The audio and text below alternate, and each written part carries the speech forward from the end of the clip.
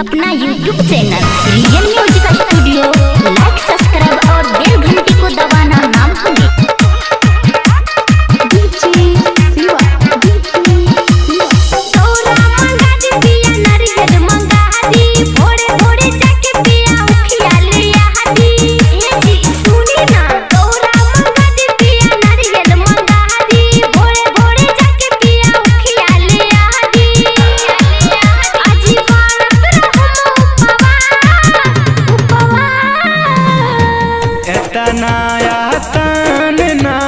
छठी के बरतिया हो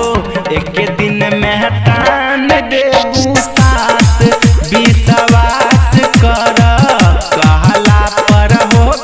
ना निराश विश्वास कर कहला पर हो ना निराश पर हो ना निराश कहला पर हो ना निराश। डीजे सनी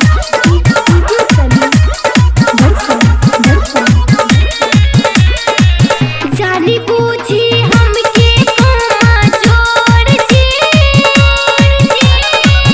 भूखाई के मन करे मोर जी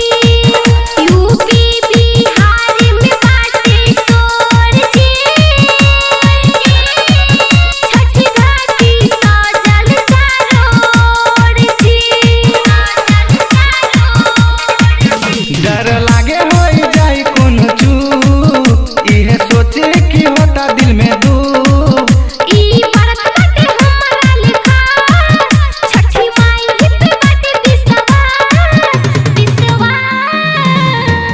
एतना आसान ना ह छठी के बरतिया हो एक दिन में टान देबू सास विश्वास कर कहला पर हो ना निराश विश्वास कर एक दिन में टान देबू सास। डीजे शिवा बड़सम कहला पर हो ना निराश। अम्मा जी से पूछी ले हम विधि जी तब सब पूजा होई सीधी जी नैहर से आवताने दीदी जी राजन दीवानन बनी जी सुना ये राधा कम पर जाई बाधा कैसे पुराई हम तोहरी इरादा रोशन दिल होई हमरो उदास उजाला ले माई बात